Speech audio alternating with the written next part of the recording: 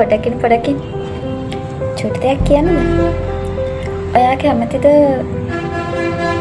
හොඳ සල්ලිකාරයෙක් වෙන්න?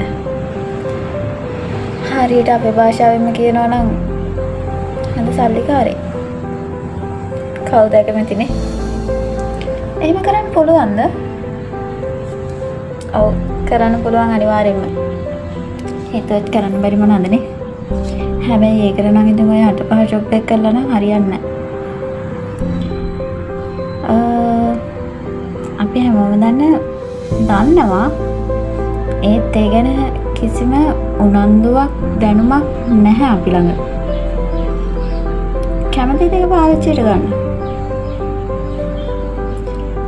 ගොඩක් අය මේක ඉගෙනගෙන අතිසාර්ථක වෙලා ඉන්නවා. තව අය ඉගෙන ගන්න මං ඉන්නවා. ඉතින් එයාලා ඒක වටිනාකම දන්න නිසා ඒකෙන් ප්‍රයෝජනයක් ගන්නවා. මොකක් ගැනද මම මේ කතා කරන්නේ? ට්‍රේඩින් ගැන තමයි මම මේ කතා කරන්නේ. කරන අය දන්නවා ඒකේ තියෙන වටිනාකම. ගොඩක් අය නම් කරන්නේ YouTube එකේ වීඩියෝස් බලලා. මම ඒව වැරදි කියන්නේ නෑ. හැබැයි හරියට ඉගෙන ගන්න බෑ. ඒකේ A to Z නැහැනේ.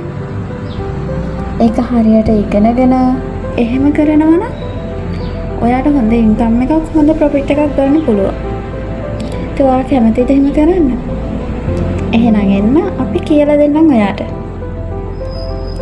දිනු වෙන උණක් තියෙන කෙනාට විතරයි මේක හරියට ප්‍රයෝජනෙට ගන්න පුළුවන්. එහෙම කෙනෙක් ඉන්නවා නම් මෙසේජ් එකක් දාන්න. අපි කියලා දෙන්නම් ඔයාට ඒක කොහොමද කරන්න කියලා.